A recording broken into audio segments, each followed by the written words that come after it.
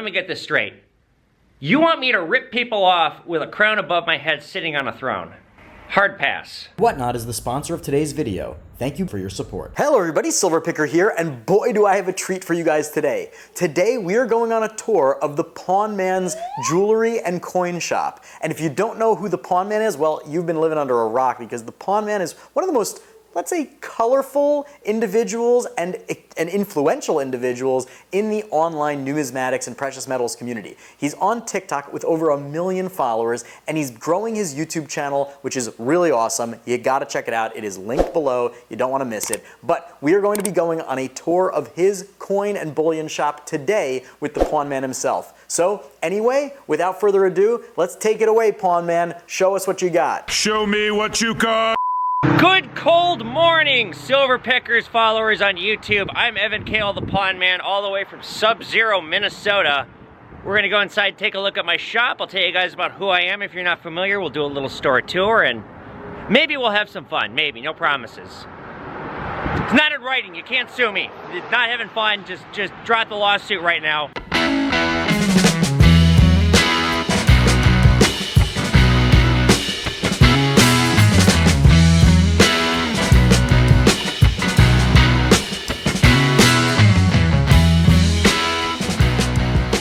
So, this is it. This is the shop. I have been here since 2021. We'll talk kind of about my history and backstory if you don't know who I am. I was gonna clean up in here. It's always a mess in here. I just hired a professional cleaner. Recently, she was just here the other day, and it's already a dumpster fire. It's like, when I used to work for somebody else, it was always a mess, and I always wondered, why the f is it always a mess in this store? I totally got it now. Totally got it. So went to the gun range the other night. I guess we'll start with guns, because that's fun. This is my everyday carry. It's a Springfield 45. I actually got it pretty recently. And this was my daily carry, but I wanted something with a little more A, stopping power, and B, intimidation. Well, let's kind of start here. I'll show you what's in the cases. And to be honest, right here is looking a little bit sad. So we'll start with North Korea. And I, guys, am a North Korea aficionado, you might say. In fact, I am probably the largest, if not one of the only dealers in the United States of North Korean coins, currency, and militaria. The reason being is I love all things that are terrible. Like, I'm endlessly fascinated by true crime, and the more just bad it is, the more taboo it is, the more that I'm interested. So I have a variety of bills on my website, pawnmanstore.com. The bills range $10 to $30. This big one here is from 1978. These are all uncirculated notes. To be honest, I am now having a hard time getting the currency. The coins I can get, the currency, they seem to have cracked down on it. So I had a whole bunch of graded currency notes right here. I've, for whatever reason, sold a bunch of them this week, and they've been sitting for years. I don't know what was going on this week. So I got to replace these now. And then that's Russia from the Olympic Games. That one's not for sale. But moving on, I got more North Korean badges. I got some stamps. These are all coins. These are missile coins. So every time those whack jobs shoot off a missile, they make a coin. I got some silver ones too. Now, their criminal enterprise exists through two economic functions. Well, I mean, crime is the whole function, the whole apparatus. But precious metals and cryptocurrency really are the wheels that make North Korea go round. North Korea makes silver and gold coins. I have some silver ones. They range $200 to $400 an ounce. They guard it like the Queen's jewels, the precious metals, because it is so important to their criminal enterprise. Gold, I've heard, is $6,000 plus an ounce, which right now gold's about $2,000 an ounce, so that's 3 times market value.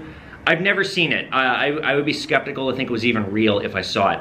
That, if they catch you taking gold out, they don't just kill you, they kill you by feeding you to piranhas. And then moving on through my showcase, I have some Third Reich items. I had a lot more of these. I had probably about 5 times this amount. I've been selling it off over the last couple years. I was gonna put this whole big collection away because I do think Third Reich items are gonna go up with centennial of the Third Reich in 2033.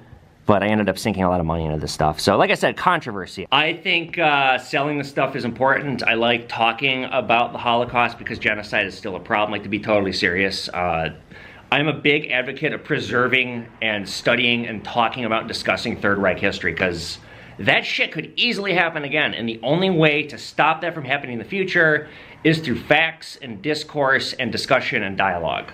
So you'll see me on TikTok often talking about the Third Reich or the Holocaust or the Nazis. I am a low-key Nazi aficionado. In fact, I think my favorite book is Rise and Fall of the Third Reich. I could sit and talk Nazis for days. It makes for some very jarring bar conversation when I go out. I'll start talking about it and people who overhear me are like, the fuck are we talking about? Anyway. These are my Morgan silver dollars. My most expensive one is this 1881 Carson City. I got a few that are off-site. If you guys don't know, my father is Harold Kale. He discovered Deetner proof like Morgan silver dollars. He went to federal prison over it in the 1980s. So I actually have a legacy in coins, and that is kind of how I got into this business, but we'll talk about that in a bit. Moving on, we got some bullion. I got a 100-ounce bar. I don't really have any gold on hand. I got a few gram pieces. I don't make much money on gold, so when it comes in, I try and turn it fast. But as you guys can see, I got plenty of silver, all on pawnmanstore.com. I have government, Haley Bug Mint. I just bought 100 ounces from him. I got a shit ton of eagles. I always have this kind of quantity in stock. And then here we have, these are from Lady Liberty Bullion. He's a tattoo artist here in Minneapolis. I met him through social media. Being a Jew, I don't have any tattoos, but he makes these for me. These are my custom silver bullion pieces. I got Pawn Cat, which, that is my real cat. She's a chimera. She has two cat embryos that fused together in the womb, so she was two cats that became one. She's like 1 in a million. So I have silver bullion commemorating her. Lady Liberty Bullion, though, also makes guns. He makes all kinds of cool stuff. I have a huge order on the way, but it's not here yet. And then Navarro Rings actually makes this stuff for me, the skulls, the Stars of David, and the Pawnman bars. I got a big order coming from him, too. Some bars, some more bullion. These are my world coins, kind of low right now because somebody literally bought me out. And then just kind of moving on, this is like just kind of fun stuff that I don't really sell a lot of. I honestly get annoyed when people come over here because command center, and then this is like the back room. I can't show you guys what's back there because, yeah, I'm going to keep that part private. And then we also are a jewelry store too. We buy and sell pretty much any kind of jewelry. To be honest, I have a jewelry person that works for me. I know very little about it. I hate jewelry. I hate doing customer service, selling people jewelry, but it is something that we sell here. And then like kind of looking around at the walls, this has just been this ongoing thing that has been getting bigger and bigger. Because like we'll talk about this in just a sec here, but where I came from did not look like this. It was not a happy place. And I want happy and fun and hip and yeah, because like when you think gold shop, you'd think like exactly the kind of place that I came from. And I just want to do the exact opposite of that in every regard. So I collect art. I'm obviously into history. So let's kind of walk through here. I don't know, this is from the 1800s. This is Romero Brito. That's a print. If that was original, that'd be worth like 100 grand. I mean, it still wasn't cheap. That was Michael Jackson's favorite artist, and I'm a big fan of his style. We have a World War II flag. It actually walked in here, like, there's this like weird thing where whenever I want something, it seems to walk in. Like a week later, I thought to myself, God, I want a big World War II flag next week. Walked right in. These are patches taken from dead Wagner mercenaries. They are authentic. Some of them have blood still on them. This is Simeon Bundy. This is one of the first items that I got here for the store when I opened up. This was a Soviet general. He led a charge against the Nazis on horseback. He was like kind of a hard ass. His whole unit got wiped out but him. Like, come on, look at the man. The man looks like he could have a drink. And then I have him with his dead mercenaries on one side. And then this is a Ukrainian flag signed by a tank unit. I had them write to Pawnman Putin. So he's sandwiched in between two Soviet failures. I think that's funny. And then up here, this is an artist I have a lot of money personally invested in. His name's Jose Trujillo. I got more of his stuff over here. I have about $6,000 in my own money invested in this stuff. Check him out, you guys, on social media. He's on Instagram. He sells a lot of his paintings on eBay. I'd recommend buying one. His art's gone way up in value. I discovered him a few years ago, and I've made quite a lot of money off of his stuff. I'm also personally friendly with him. The crown my mom made for me when I opened the store. And she wanted me to get a throne to sit right here. I mean, I already have a big fancy chair, but I'm like, wait, Mom, let me get this straight. You want me to rip people off with a crown above my head sitting on a throne? Hard pass. The clown represents me. I've had several people offer, I think the highest offer I got was $1,400. I turned it down. I just like this piece too much. That's an original piece of barbed wire from the DMZ. Got more Jose's. Some Minneapolis currency notes. These are actually pretty expensive. That's a piece of That's from, I think, the Warsaw Ghetto. It's Jewish currency that they issued. You know, because never forget. This right here is probably my most expensive thing here. Either this or that. This is probably worth about $4,000 or $5,000. It's from the 1800s from Japan. I bought it in an antique shop for $250. All sales are final. Holy shit, the amount of people that don't seem to understand that. And then I'm sure you guys heard what happened with China. That's my letter from the Chinese consulate. That's a letter from a government official in Hong Kong thanking me, and then that's the New Yorker article that was written about me. All right, let's go downstairs. I'll show you guys. I don't want to show you guys the back room. Excuse me, Pawn Man, sorry to interrupt, but I gotta thank the sponsor of today's video, Whatnot. Now, both Pawn Man and myself are on Whatnot, and if you don't know what Whatnot is, well, you've been living under a rock because I've been talking about it for over a year, but essentially it is a live video auction platform in which bidders and sellers come together in real time to buy and sell all sorts of really cool collectibles. Obviously, I'm mostly into coins and precious metals, as is Pawn Man, but they've got everything. They've got trading cards, sports cards, comic books, video games, even sneakers. Basically, if you collect it, they have it. And if you use my link, whatnot.com/invite/silverpicker to download the app, not only do you get access to the incredible platform for free, but you also get $15 in Whatnot credit to spend on anything you want. And at all of my auctions, I always make sure to have tons and tons of silver coins in the buy it now for $15 or less. So you're all but guaranteed to get free silver coins just from coming to my auction. But there are tons of amazing sellers on there. You should check all of them out, including Pawn Man. And you don't want to sleep on this deal because the $15 credit will not last forever. Anyway, back to you, Pawn Man. All right, so silver plate all down here. I sell it to a smelter. I actually need to be getting rid of that pretty soon. Toilet, like I said, where the magic happens. And then this is my giant basement. This is all shit that I got on my eBay. And then this, turn this light on. Ugh. This is all unlisted shit. I got a lot of money tied up here. It's actually causing me quite a problem. And then packing boxes and other stuff. Legos, these are my personal investment items. I've been investing in Legos. But let's head back upstairs before I get mold poisoning, and I guess we'll talk a little bit about me and where I came from and how I got AIDS. So if you're not familiar with me and my story, I'll give you the fastest version I can. I started as a struggling artist. I had a really hard time in my late teens, early 20s. My family was very wealthy and they lost all their money. All of it. Like, we were worth probably about $7 million and it went to zero. And my parents hid it from me.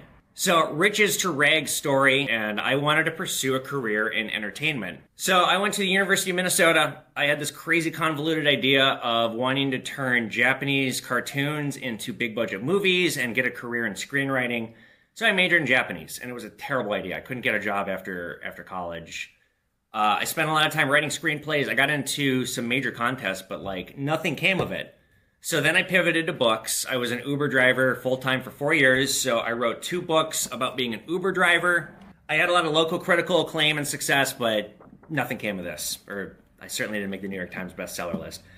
So then I wrote 2 books about Nazi hunters, and this is an ongoing book series I'm still working on. It's called Wolf in the Jungle. The first one, Wolf at the Gate, is an elite unit of Jewish American soldiers in the 1950s. They're like the Mission Impossible, the IMF force, and they track down escaped Nazis because they're a threat to national security. And they're catching up with him at like the 0 hour. Don't sell shit for copies. Wasn't working. So I was working as a waiter because, again, I could not get a job doing anything despite a college degree. And I randomly got a tip in 2019 that a local old person with a gold business was looking for an apprentice. So I went, I begged him for a job, and the guy was not on the internet at all. In fact, his store was like going back in time to like 1980, the year that he opened. And it was like, okay, I think you're leaving a lot of money on the table here. So I started working for this guy, first part-time, and it was the summer of 2019. I did such a good job, he hired me full-time. But that summer, I turned 30, and the whole starving artist thing was losing its cute factor, and I wanted to be an entertainer. So I went to the Pawn Stars store when I visited Las Vegas for my birthday, summer of 2019, and that was my aha moment. So I went back to Minnesota thinking, I need to use social media to somehow replicate what Pawn Stars did. And so the pandemic hit, and I started making TikToks, and they got big. And then I started doing YouTube videos. So I made a Pawn Man page because I started doing these YouTube videos in secret from my employers because they were old boomers that didn't understand what the hell I was doing. They didn't see the vision that I saw, and I knew it was a good idea. And so I started recording these YouTube videos in secret, and they got big fast. Everything like kind of just took off. And what ended up happening was I had to tell them about what was going on because it was getting too big for me to hide. and they were pissed and they wanted me to shut it down. It got really ugly really fast. And I ended up being like, you know what? For less money than what you want for this business, I can go set up my own store, take control of my life, do everything I want my way, and you guys get nothing. And they laughed me out the door. And I was open for business here about 3 weeks later. Now, it's been very difficult. I work very hard because I still don't make money on social media. I'm the only guy I know that's having a hard time like this. But the margins of this business are tough. If you make a mistake, it can be very expensive. My expenses are enormous. I literally spend upwards of $250,000 or more a week. I turn stuff that fast. Luckily, thanks to like Whatnot, I'm able to turn stuff pretty quick. My presence has gotten very big. Obviously, I'm sure a lot of you have seen the video that made me mega famous. That did quite a lot to boost my following, which has boosted my sales. So we get a lot of traffic. The business is going well. It's just I'm not quite there yet for stability. And so it's a grind. I work like 90 hours a week, but I love what I do. It's a lot of fun. What you guys are seeing right now is my YouTube format for like the deals. Like what happens is camera's right here. People come in and I interact with them, and and I do deals. I usually have 2 cameras, and I'll negotiate with them. But that's the Pawn Man story in kind of a quick nutshell. I'll say this: I am eating the Pawn Stars lunch. I saw everything they were doing, and I've improved upon it. There's no scripts here. It's a straight reality show. I don't understand why they script there's no need to script this business, and the scripting of their show, I think, massively detracts from it. So you won't find that here. Also, follow me on Whatnot. It's pretty much the biggest vehicle that I use to sell items. There's some crazy deals. I'm Pawn Man across the board. If you're looking to follow me, check my content out. And I appreciate Max the Silver Picker hosting me on his channel. All right, later, guys. A huge thank you to all of my wonderful patrons. If you're not yet a patron, join the Patreon. The links are below, and you'll get access to my private Discord group in which all sorts of collectors come together to talk shop, talk coins, and just have a good time.